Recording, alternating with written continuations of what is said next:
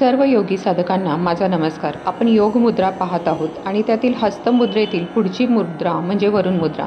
त्याच्यामध्ये करंगळी म्हणजे जलतत्व, अंगठा म्हणजे अग्नितत्वाचा समावेश होतो। दोन्ही एकमेकांना जोडल्यानंतर ही वरुण मुद्रा तयार होते। तर शरीरातील वॉटर कंटेंट बॅलन्स करण्यासाठी याचा उपयोग होतो आणि तसंच all kind of water diseases या सगळ्यामध्ये ही वरुण मुद्रा उपयुक्त आहे। तर ही मुद्रा आपण 40 ते 45 मिनिटं करू शकतो। याचे फायदे काय आहेत तर डिहायड्रेशनमध्ये ही उपयोगी पडते, तसंच शरीरातील ब्लड बॅलन्स करण्यासाठी उपयोगी आहे।